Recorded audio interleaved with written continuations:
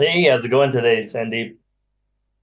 Hey, yes, then it's going good, going good. Thanks for inviting me here. Yeah, definitely, and happy to be hosting this fireside chat today. I think let's dive right into it because we've only got about 30 minutes or so. And I think for anyone new to the space, Polygon's been a long-standing player in the ecosystem, and there's been many a day where there's been some iterations on the branding, on the positioning and narrative side. But I was wondering if you could just give a bit of insight into the earliest days of Polygon back in when Matic was in inception. What was really the motivation behind creating Polygon as a Ethereum scaling solution, and how have you seen it evolve over the last couple of years? Absolutely. So, right at the start, I remember that one thing that has been very consistent with the, Polygon is that we always wanted to build the protocol or the part of the protocol, which ends up becoming an important element of this new internet that is being created. Like, as we call it Web3, the trustless internet. And the mission has been very, very, straightforward, singular, relentless in that direction. That whatever we want to build, we eventually want to build a network which is infinitely scalable, like which is at the scale of internet, right? So, when you see the blockchain protocols today, you will see, some blockchain saying that, we have 10,000 TPS, we have 20,000, 50,000 TPS, 100,000 TPS, these kind of things. But if you want to take Web3 to the scale of internet, you would realize that you need like billion TPS. And as it keeps growing, you need 2 billion TPS, right? Like, I mean, the current Web3, Web2 is practically has like unbounded, kind of scalability. And that is what is the mission of Polygon, to create this, or to create the protocols which help scale this Web3 to the scale of internet.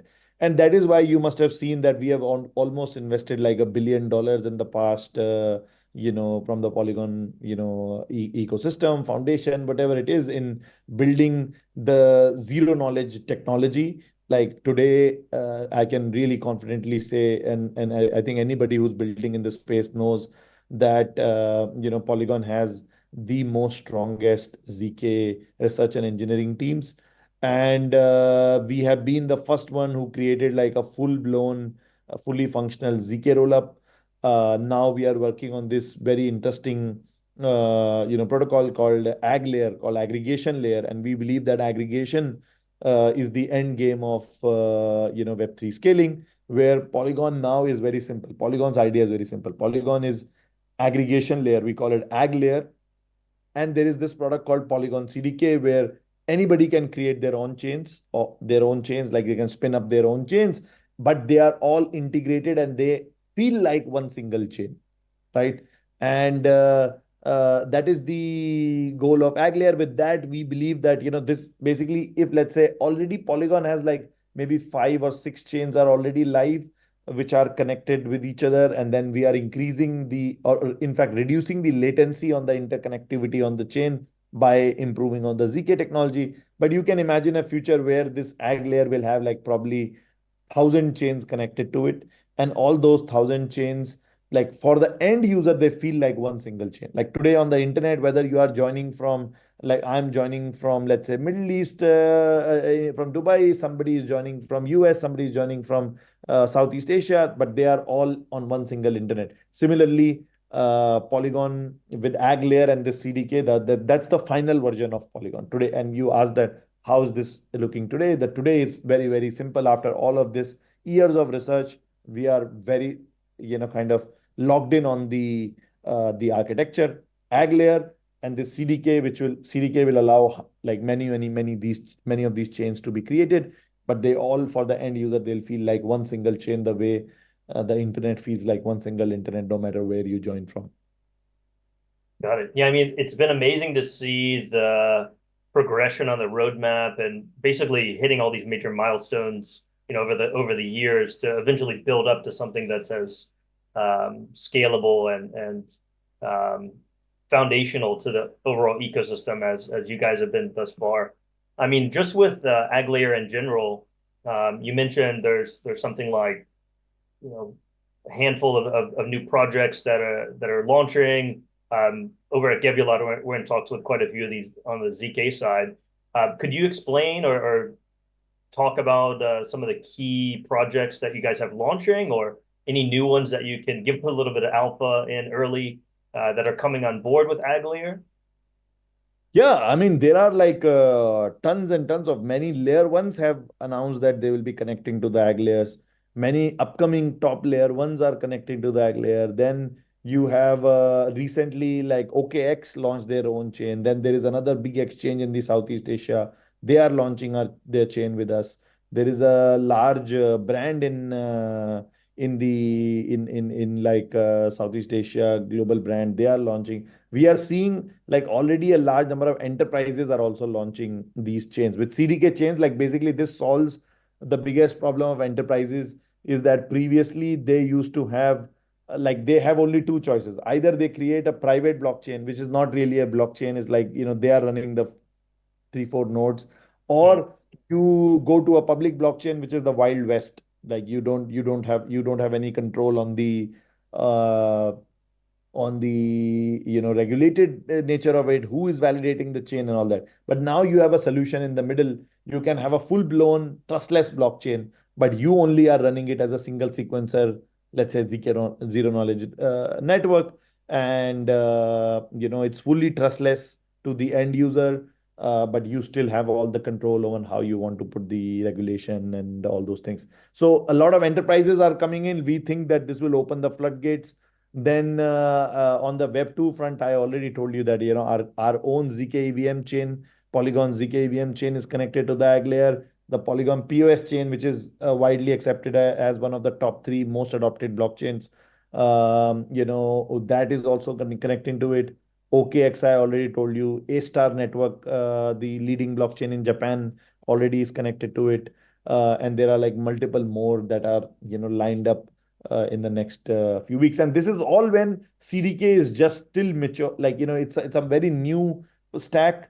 It got launched like maybe like the latest version was launched in February, March itself. And even then, it has a pretty significant traction coming into it. So, yeah. Yeah, I mean it's been great to see, and there's obviously a lot of publicity around it and top projects piling in. Um, and over the years, to see Polygon go so heavily focused on the ZK realm, um, I think it's been a catalyst for most other projects in the space to start looking at it as well, and just a lot of attention garnered toward this sector.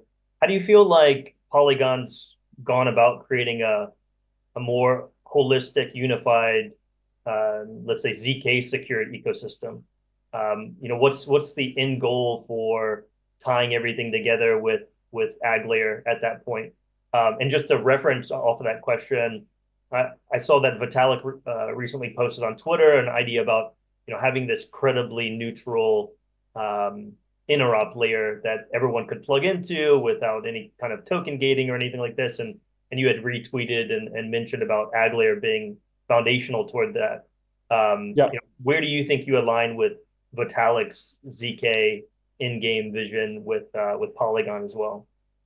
Yeah, I mean, I would say that we have been closely in touch with Vitalik also on these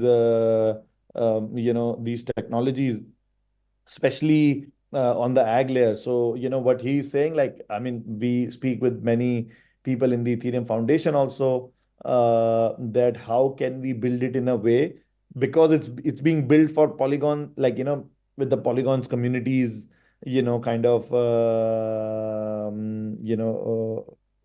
oversight, or it's like a Polygon community project. So it has to give some value back to Polygon holders also.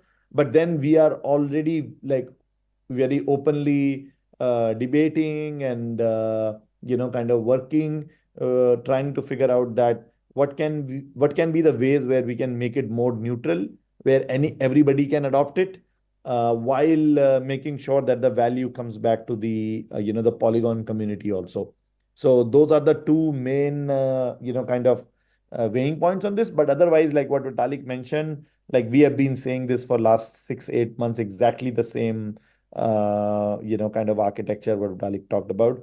And the goal, as I said, that the for the end user, like forget about all these like crypto ecosystem, politics and all that, like where each protocol wants to have their value in their own side. But from the end user perspective, like it should be so simple that when they join with their address, like they create one address and they join a blockchain network, it should be, as I said, that it should be as similar to this Web2 internet that is today, wherein as a user I don't know that I am on which chain and all that. I am just on trustless internet.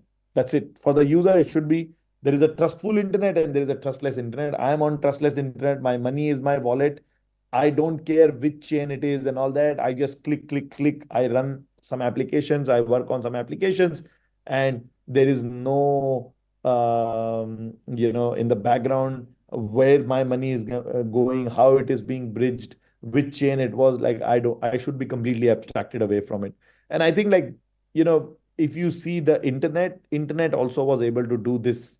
The current internet that you and me are using right now for this fireside chat, this also used to have those kind of complications the way we have on Web3, and solutions like AggGlayer. It is very clear to in our mind that the end game of Web3 is something like AggGlayer. Whether it's Polygon solution is like some neutral solution, that's a completely kind of like that's a emergent market behavior. But it is very clear if you speak to the researchers and all that, that it will look something very similar to this. Whoever builds it, whichever protocol, this will look, and this is kind of the end architecture of Web3. And I think you brought up a good point about, a lot of this cycle and past 2 3 years have been really focused on the infrastructure side, and there's this hotly debated topic about application specific use cases that we're missing still across the entirety of the industry. But you building this foundational piece, what sort of interesting applications are you seeing arise now on top of AggGlayer, revolving around, let's say, RWAs? You've got that amazing deal that you guys closed with Franklin Templeton about tokenized money market funds. What other sorts of interesting applications are you seeing that now, thanks to AggGlayer, have been able to arise out of this type of product offering? Yeah. So what? See, first of all, I'll tell you. Like, first, let me answer the question directly, right? First, that what sort of new applications can come in, right? So, obviously, we are looking at like let's say social fi kind of applications can scale, right? And then enterprise applications, as you already mentioned, like many of these money market funds, they previously were very kind of cautious that whether they want to do it on public blockchains where nothing can be deleted and this and that. Now they can do it on their own trustless enterprise blockchains, which are also interoperable with each other. So, Franklin Templeton creates something and Mirai Assets create something. They are on completely different engines of their own, but they can still interact using AggLayer, right? Those kind of things that were not possible. I am still very bullish on like a lot of enterprises coming into Web3 when they have these Web3 servers and Web3, like I call it like trustless servers. Like I don't even call them blockchains. They are trustless servers, and people can build these applications, and these applications can interact with each other. For the end user, they just feel that they are on one single chain, right? And it depends on what extent of the integration of these applications they can do. So the one is that this mass flood or the massive flood of these traditional financial players who come and launch on these chains. But then you can think of like the Web3 native use cases also. Like for today, any game which wants to scale beyond a certain point, they cannot have like they cannot be on a shared blockchain, no matter how cheap that shared blockchain is, right? Like whether it's like 0.01 cents or whatever. But then the moment they have, like for an actual game, you expect that to have like millions of transactions per day if it really scales, right? And so no shared blockchains can actually take those use cases.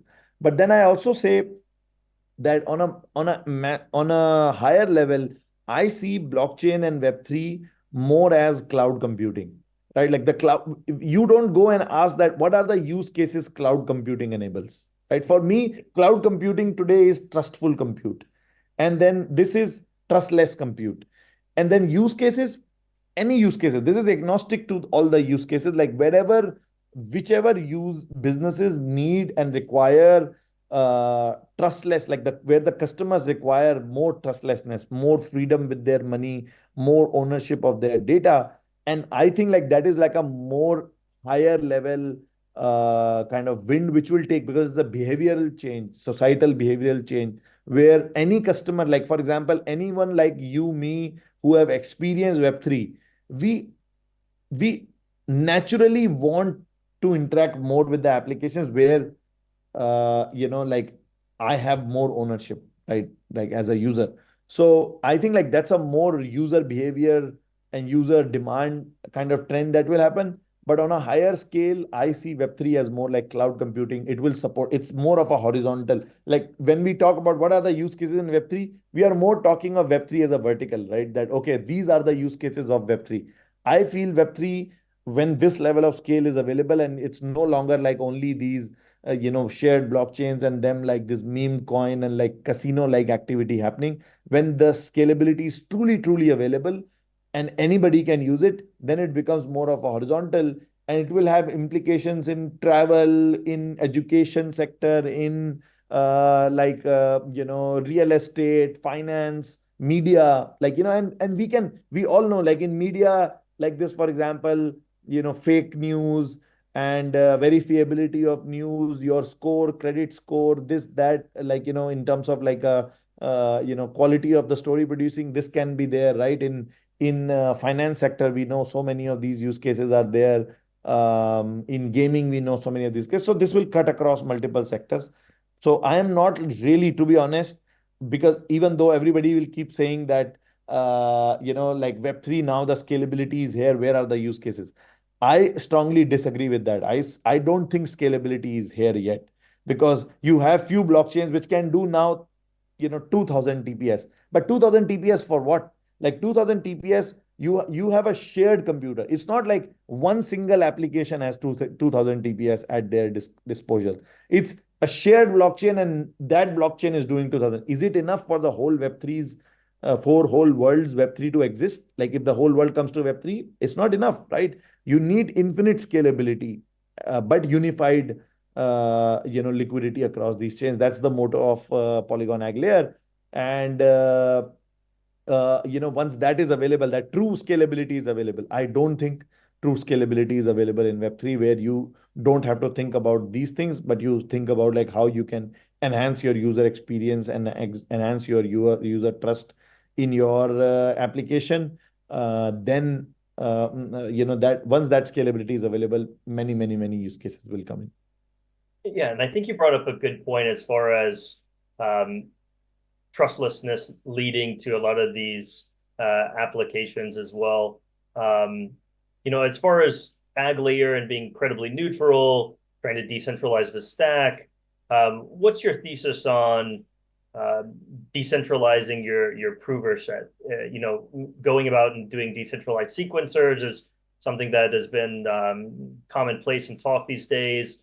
But what's the end goal vision for Polygon on either staying within permission set of provers in house, or are you guys looking to open that up to a permissionless decentralized set? How are you going about envisioning the architecture on that side? Yeah, I mean, we believe that this all is like, still the training wheels time for blockchains. And with time, like for example, Polygon POS chain, you are saying, right? Right now it can have 100, follow, validators. And these validators, uh, can basically can be increased to larger extent, but still like not like fully like we would want like 1,000 validators to come, right? And problem is that the kind of trade-off between, if you have too many validators, then you can't provide the scale. And on layer two, you are trying to provide the scale because some level of security is coming from Ethereum. So while we all of our solutions will allow the change. Like for example, Polygon CDK will have a decentralization module in it. Polygon POS is already has 100 plus validators. Once it becomes a validator, I think once it becomes a Validium, that is a ZK proven chain, then it doesn't really need more validators than that. So, and same goes with AggGlayer. Only the thing that will be that we want massively scale, kind of decentralized will be the AggGlayer, right? Where the more validators, the better it is. But on the chain level, because you have full trustlessness available with the ZK, we don't think that we need not all chains will need like huge or a permissionless set of validators, right? Because of the regulations and compliances and so many other things. So while the infrastructure that we will provide, the software that we are providing, that software will provide ability to decentralize your nodes. Even if you are a ZK rollup, let's say you start with single sequencer, you can decentralize. But it's completely up to the businesses and the use case they are going through and the stage of the project they are in. They can choose their level of decentralization. But as I feel that trustlessness is a much bigger kind of phenomena than decentralization. Like most of the businesses don't really need decentralization. What the users need from them is a little bit more trustlessness and self ownership, right? And ZK solutions already provide you that. Like even if you are running a single sequencer chain, you have full trustlessness. The users can simply exit their assets to the layer one if they don't like, or exit their data to the layer one if they don't like, a particular app, or a particular app wants to switch them down. But saying that you need extreme decentralization for all kinds of application. For example, if you are running in a regulated geography and you are, imagine like you are simply running a game, and you have like some really bad elements join the game, and then completely abusing and harassing people. You want censorship in that particular case, right, on the app.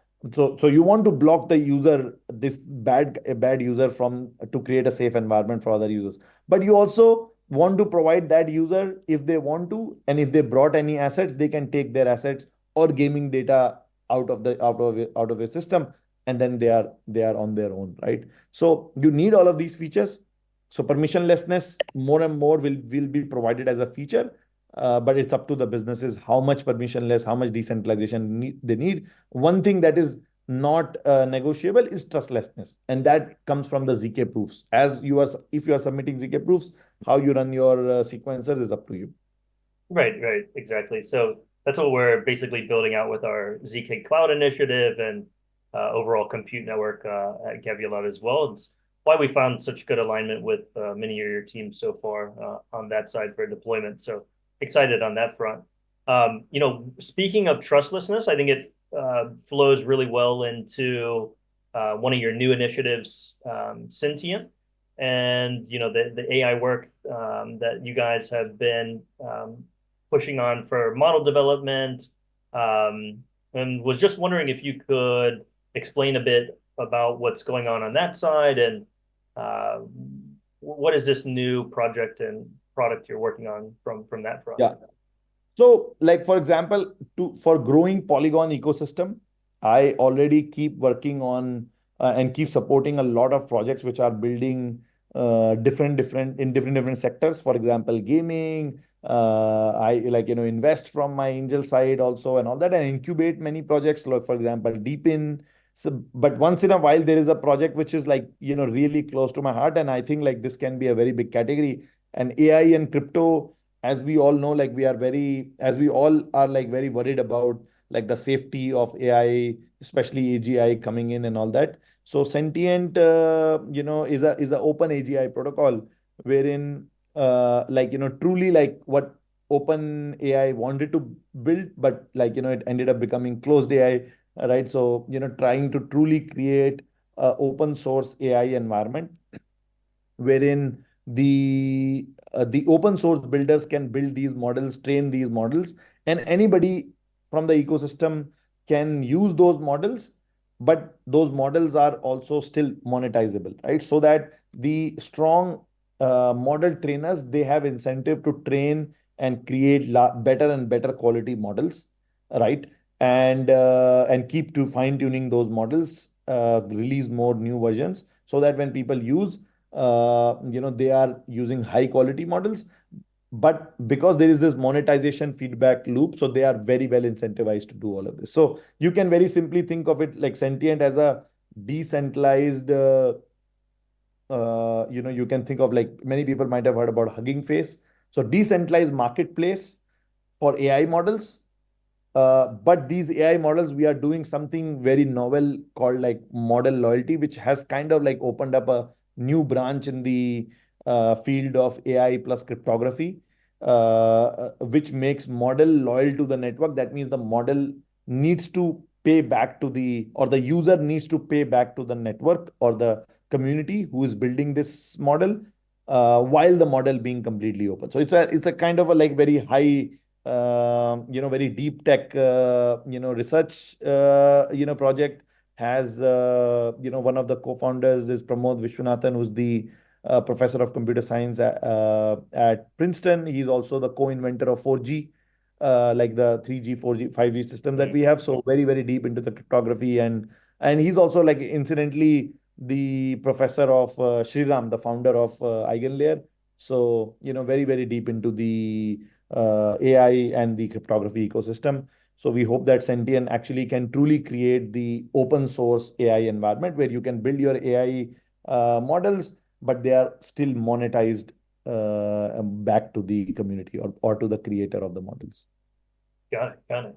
And I guess and thank you for that. As we wrap up here, I guess, do you have any final thoughts on where you see Polygon headed, and where Sandeep going to be in 5 years from now, from here as well?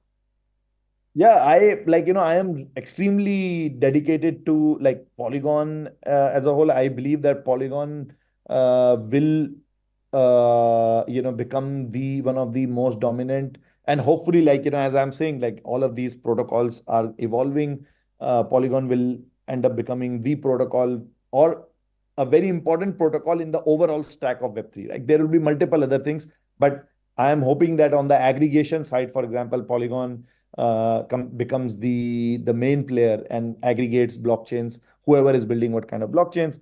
And hopefully, like, for that to happen, Polygon needs to have like strong ecosystems. With the benefit of Polygon CDK, you can have a AI chain, you can have a deepin chain, you can have gaming chains. Gaming, for example, immutable is there. So I see Polygon going there in 5 to 10 years.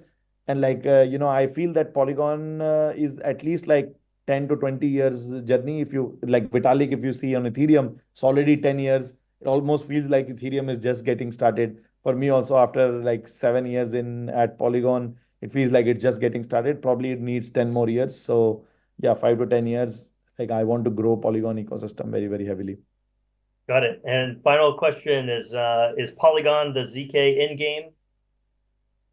Absolutely. Like, as I said that, the ag layer is the ZK end game. I feel that, the end game with ZK for scalability. ZK will be used for multiple other things, but for the scalability, this aggregation layer, one layer which aggregates all the chains, but you have infinitely growing blockchain. So you don't have like I hope in like in 6 to 12 months, you will be able to see where Polygon will be able to say, okay, the aggregated TPS on the entire network is like 100,000 or 1 million TPS. Like in 1 year, I am pretty hopeful that you will be able to, Polygon will reach like 1 million TPS as an aggregate network, and it will be continuously growing. It will keep growing from there, and then people will be able to see that this is like an infinitely scalable blockchain network. But for the end user, this still feels like one single blockchain. Well, you must be the change you wish to see in the world. So I hope AGGLayer is the catalyst for this next big wave, and looking forward to it. See you along the next 10 years. I'll be riding the wave with you. And thanks again for your time today. It was a great chat. Thanks, Heslin. Thank you so much. Cheers.